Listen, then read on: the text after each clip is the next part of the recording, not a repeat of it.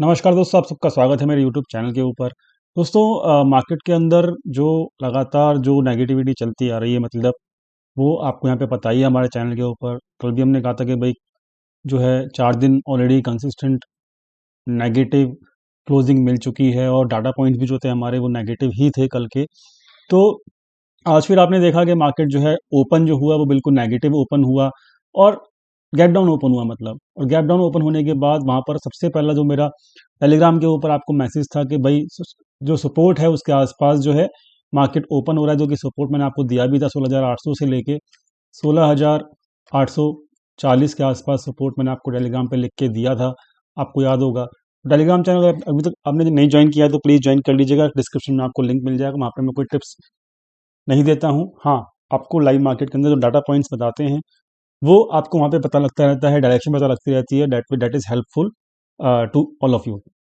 तो यहाँ पर ये सपोर्ट आपको दिया गया था टेलीग्राम चैनल के ऊपर। ये सपोर्ट एक्चुअली आया कहाँ से? लोगों ने कहा कि भाई इतना एक्यूरेट जो है वो सपोर्ट जो है वो आप निकाल लेते हो, कैसे निकल जाता है? तो दोस्तों यहाँ पर सिंपल है कि यहाँ पर जो प्रीवियसली जो सपोर्ट मतलब जो था वो यही था 830 840 के आसपास, और अगर ये टूट जाता आज तो मार्केट एक नीचे की जर्नी पूरी कर लेता। तो यहाँ पर लेकिन ये जो सपोर्ट था वो जो पिछला सपोर्ट था यहाँ पर, और ये यही सपोर्ट यहाँ पर भी लिया गया, यही सपोर्ट यहाँ पर भी लिया गया। तो 800 और 840 के आसपास जो है मल्टीपल टाइम सपोर्ट लिया गया। जैसे कि यहाँ पर भी आप चेक करोगे 800 के आसपास सपोर्ट लिया गया, यहाँ पर भी लिया गया, यहाँ पर भी लिया गया, यहाँ पर भी लिया गया। तो यही एक ऐसा सपोर्ट था जो कि मल्टीपल टाइम टेस्ट हो चुका है। तो इसमें यही सपोर्ट मैंने वहाँ पे डाला भी था, और ये सपोर्ट आज भी कम से कम अभी तक के लिए जो आज की क्लोजिंग हुई है उसके हिसाब से अभी तक तो ये सेफ है। लेकिन आप यहाँ पे एक चीज़ याद रखिएगा कि यहाँ पर ये सपोर्ट जो है ना, अब कम से कम ये देख लेते हैं कितनी बार टेस्ट हो चुका है। तो इसको भी हमको रडार पे रखना होगा अब डेली बेसिस के ऊपर, ताकि हम इसके ऊपर ख्याल रख सकें। तो आप चेक कर सकते हो। अब आप ये 780 लिखा है यहाँ पे, इसको 800 कर लेते हैं राउंड फिगर में, ताकि कोई भी डाउट ना रहे हमारे। ठीक है, अब ठीक है ना। तो अब यहाँ पे चेक कर लो आप, ये फर्स्ट टाइम ठीक है, फिर ये यहाँ पे फिर सेकंड टाइम हो गया, ये थर्ड टाइम हो गया, ये फोर्थ टाइम हो गया।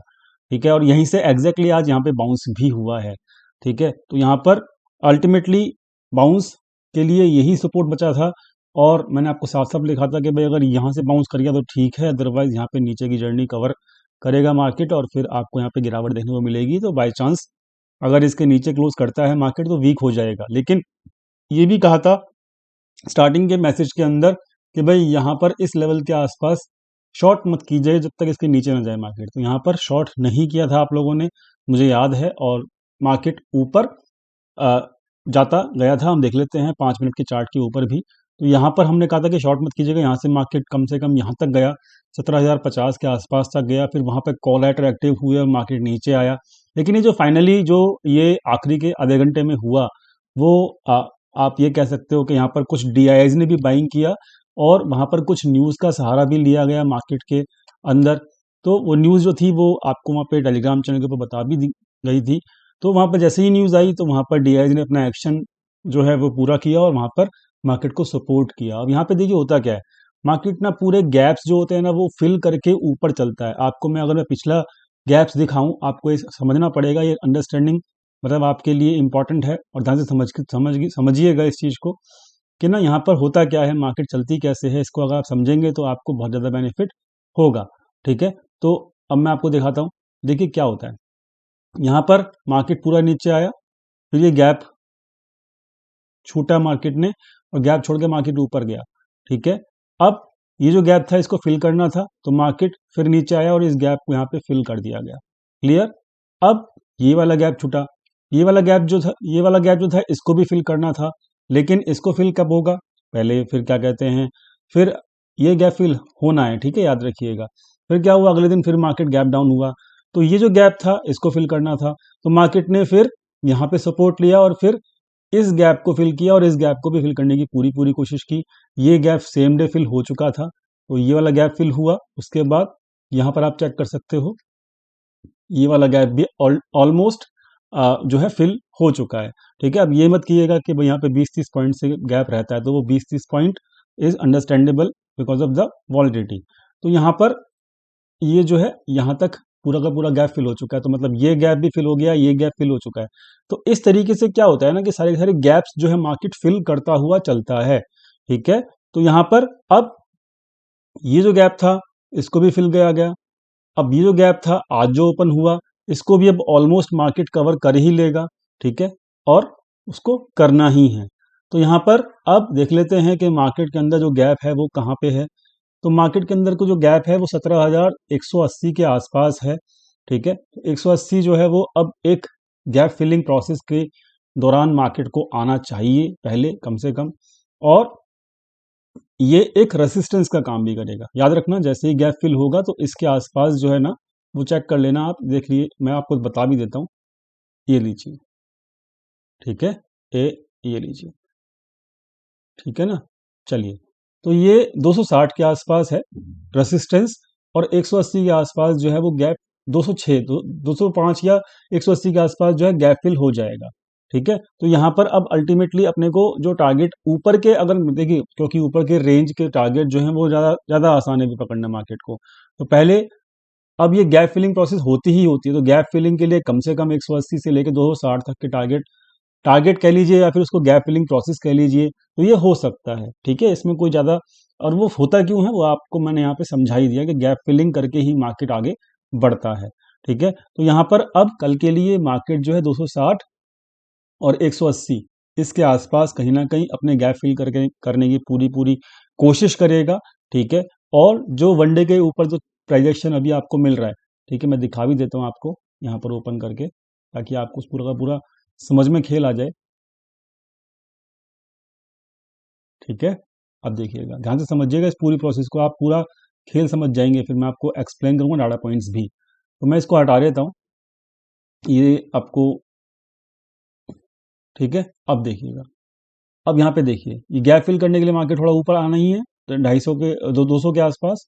ठीक है, ओके, आज 150 तक गया, लेकिन अभी भी 60-70 पॉइंट ऐसे हैं जो कि गैप फिल करने के लिए बचा है, तो वो फिल करेगा। अब यहाँ पे आगे चेक करते हैं। अब यहाँ पे देखिए, यहाँ पर ये जो है 3 ट्राइंगल बने हुए हैं, ऑलरेडी मैं बता चुका हूँ। ठीक है, ऑलरेडी बता चुका हूँ कि जब तक, और देखिए यहाँ पर मैं आपको पुरानी वीडियोस में भी बोला है, ढंग से समझिएगा इस चीज़ को, तो आपको ज़्यादा काम आएगी। भूल जाते हैं हम लोग वो चीज़, फिर वो फिर हमको ना फिर पेन देती है। यहाँ पर कोई भी रेसिस्टेंस टूटता है तो वो जब तक, जैसे कि फुल कैंडल बनी जिसका ओपन हाई लो क्लोज इस रेसिस्टेंस के ऊपर बन गया, तो फिर क्या हुआ, फिर मार्केट ने अपनी रैली चालू कर दी।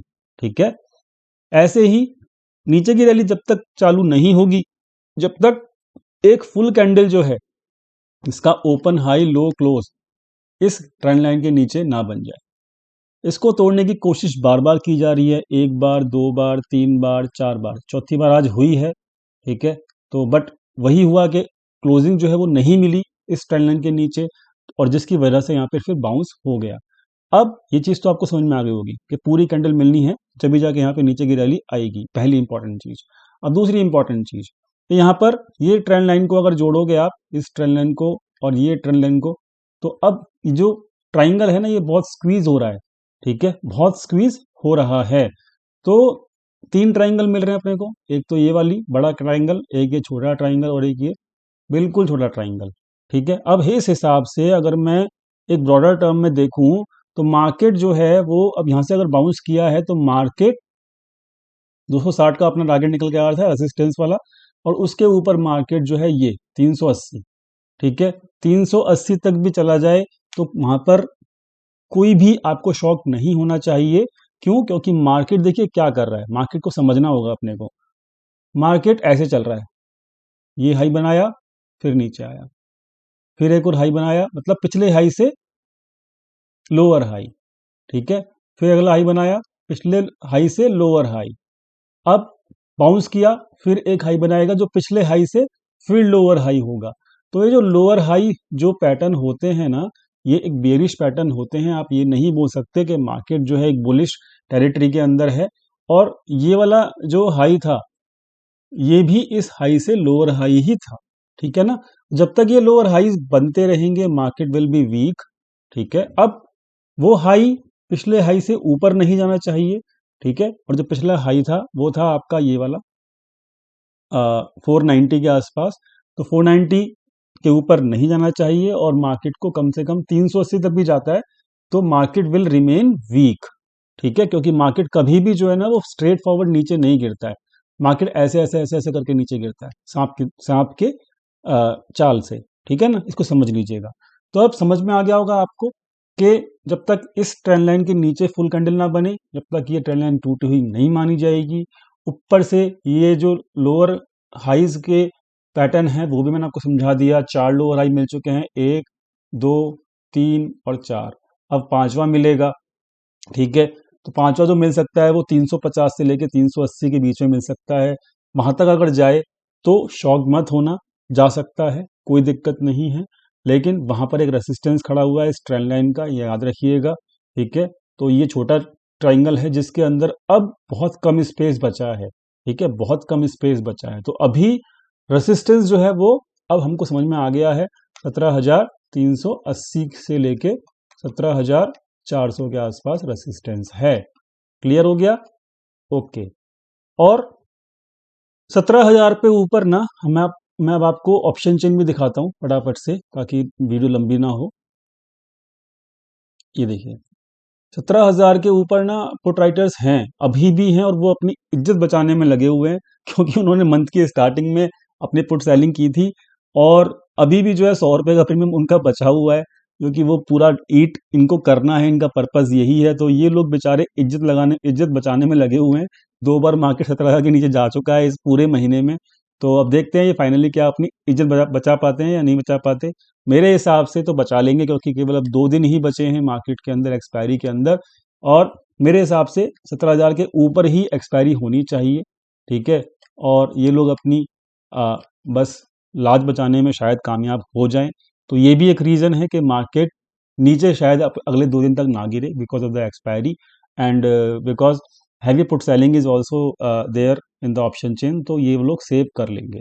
ठीक है, दूसरी चीज कि अगर डाटा पॉइंट देखेंगे, अब आगे के डाटा पॉइंट जो हम देखेंगे वहां पर आपको दिखेगा कि यहाँ पर आज भी शॉर्ट पोजीशंस बनी हैं। ठीक है, शॉर्ट पोजीशंस बनी है। मार्केट तो देखो ऊपर नीचे, अब देखो लगातार 5 दिन से मार्केट नीचे गिर रहा है। क्लियर? और कोई भी लॉन्ग पोजीशंस बनी नहीं। कब से नहीं बनी? ये देखो, 21 जनवरी से कोई भी लॉन्ग पोजीशंस नहीं बनी। ठीक है ना, अब नहीं बनी लॉन्ग पोजीशंस तो मार्केट ऊपर कैसे जाएगा? नहीं जाएगा।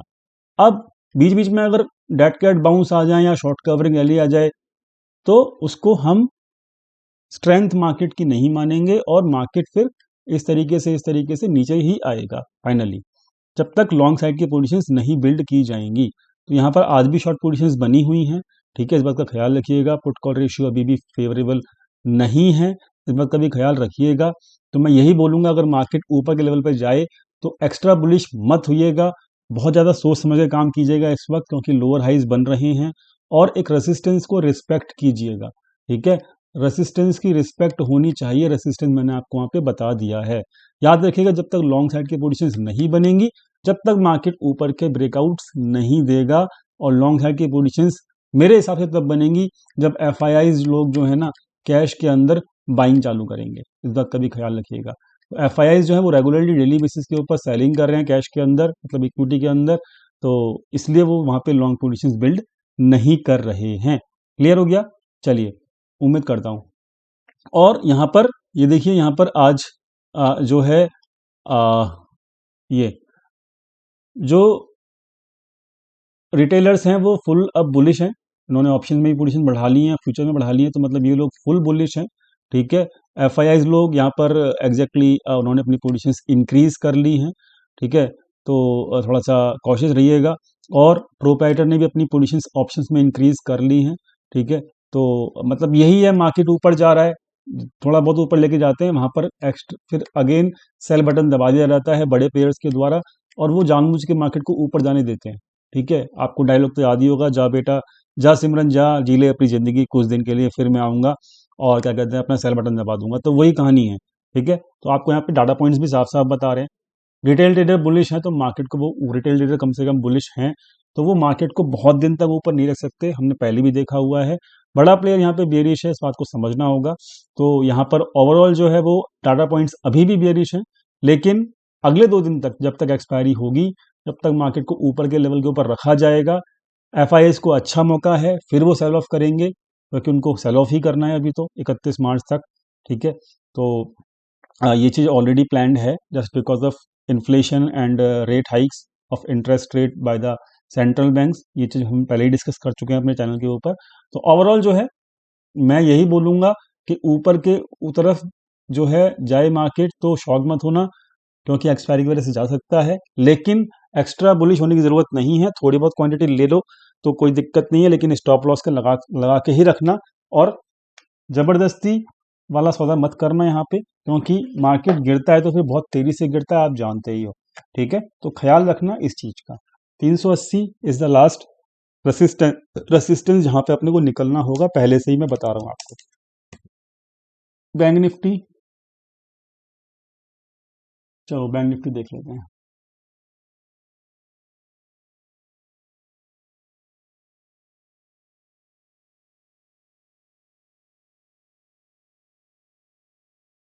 ठीक है, ये चार्ट दिखाया था ना कल मैंने, तो देखो आज यहीं पे एग्जैक्टली, अगर ये मैंने आपको कहा भी था, ये सब ट्रेंड लाइन ना आप ड्रॉ करके रखा करो, आपको मजा आएगा भाई। देखो एग्जैक्ट ट्रेंड लाइन के आसपास आया, 36,800 के आसपास, वही एक सपोर्ट था। ठीक है, लास्ट सपोर्ट था, दिया भी था कल वीडियो के अंदर, वहीं से बाउंस कर गया, है ना। तो अब सिंपल है ना कि अगर आप इन चीज़ों को करके रखोगे अपने चार्ट के ऊपर तो आपको बेनिफिट मिलेगा।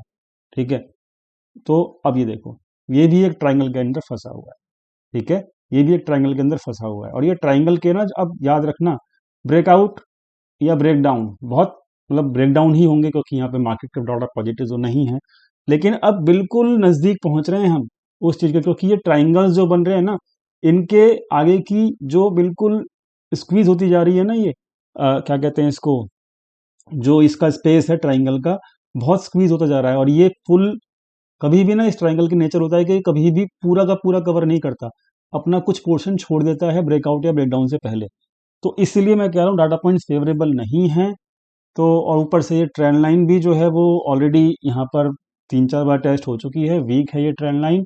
तो ख्याल रखिएगा इस चीज़ का कि हम ब्रेकआउट या ब्रेकडाउन, ब्रेकआउट तो नहीं होगा वैसे, शायद मुझे मतलब इस वक्त जब तक डाटा पॉजिटिव नहीं होगा, एफआईआई बाइंग नहीं करेगा, तो ब्रेकआउट के चांसेस बहुत नील हैं, मतलब बहुत ज़्यादा नील हैं। तो यहाँ पर ब्रेकडाउन के चांसेस ज़्यादा हैं।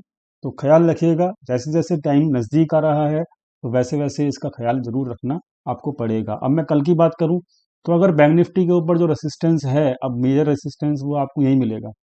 ठीक है, 38,200 के आसपास, 38,200, 38,200 नहीं, 38,000 ये वाला, 240। ठीक है, तो 38,240 या 38,300 तक का लगा लीजिए। ठीक है, अब मैं ये नहीं कह रहा यहाँ तक जा ही जाएगा, लेकिन ये एक रेसिस्टेंस है, याद रखिए। इससे पहले एक और रेसिस्टेंस मिलेगा, वो रेसिस्टेंस है ये वाला, 37,800 का, 37,800 का। जब 37,800 सस्टेन कर जाएगा तभी आपको ये 38,240 तक मिलेगा जाते हुआ, और इन लेवल्स के ऊपर ना फिर सेलिंग प्रेशर आएगा, याद रखिएगा। इसलिए प्रॉफिट बुकिंग जरूर करते रहिएगा लॉन्ग साइड के, अगर आप बनाते हैं लॉन्ग साइड की पोजीशन तो। लेकिन वही 2 से 3 दिन के लिए यहाँ पे ये डेट कैट बाउंस आता है, उसके बाद डाटा पॉइंट्स के हिसाब से फिर से क्या कहते हैं वही होता है जो हम सब जानते हैं, क्या होता है कि सेल ऑफ होता है, और सेल ऑफ अगर होता है तो फिर मार्केट एकदम से फिर नीचे टूटती है। तो बस वही मैं कहूँगा कि डेट कैट बाउंस या थोड़ी बहुत जो यहाँ पे रिलीफ रैली आती है शॉर्ट कवरिंग की वजह से, उसको बहुत ज़्यादा एंजॉय करने की कोशिश मत कीजिएगा। ठीक है, नहीं तो फिर बाद में आप जानती हो क्या होता है। ठीक है, हाँ डाटा पॉइंट पुलिश हो जाते हैं तो फिर जरूर कीजिएगा, कोई दिक्कत नहीं है। क्लियर, उम्मीद करता हूँ समझ में आ गया होगा, रेसिस्टेंस सपोर्ट आपको दिख रहे होंगे, और बस यही है। और ऑप्शन चेन में बता चुका हूँ कि 17,000 जो है वो बचा लेंगे शायद इस बार। ठीक है, अगर सब कुछ ठीक रहा तो, कोई न्यूज़ नहीं आई तो। और जो रेसिस्टेंस है वो अल्टीमेटली 17,300 के ऊपर दिख रहा है मुझे, और 17,400 के ऊपर दिख रहा है। तो वही जो 17,380 का टारगेट अपने को निकल के आ रहा है ना चार्ट के ऊपर, वो ये चीज़ कवर कर सकता है। ठीक है, इतना टारगेट हो सकता है ऑप्शन चेन के हिसाब से। तो सपोर्ट आपको पता है, रेसिस्टेंस पता है, चार्ट का डाटा बता दिया, पैटर्न बता दिया, और डाटा पॉइंट दिखा दिए, हर चीज़ दिखा दी, समझ में आ गया होगा। तो यहाँ पर 1-2 दिन के लिए थोड़ा बहुत मार्केट होल्ड कर सकता है just because of expiry, but ultimately अगले महीने का डाटा मैं आपको पहले ही बता रहा हूँ, वो बेरिश चल रहा है, बहुत दिन से बेरिश चल रहा है। ख्याल रखिएगा अपना, एक्सपायरी होने दीजिए, मार्च वैसे ही ठीक नहीं है। ठीक है, तो ख्याल रखिएगा इस चीज़ का। और FISO केवल सेल ऑफ कर रहे हैं, तो कॉशियस रखना बहुत ज़रूरी है अपने आप को। ठीक है, चलिए वीडियो लंबी हो गई, माफ़ी चाहूँगा, बट उम्मीद करता हूँ सारा खेल समझ में आ गया होगा। Thank you.